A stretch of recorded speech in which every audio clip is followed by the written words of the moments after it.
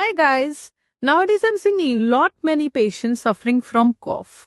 They're not able to sleep at night. They have phlegm which is stuck here. They're not able to spew it out. In TCM, it is because of lung heat. So one of the easiest treatment according to TCM is consuming pear. If it will help to reduce the lung heat, thereby treating your cough.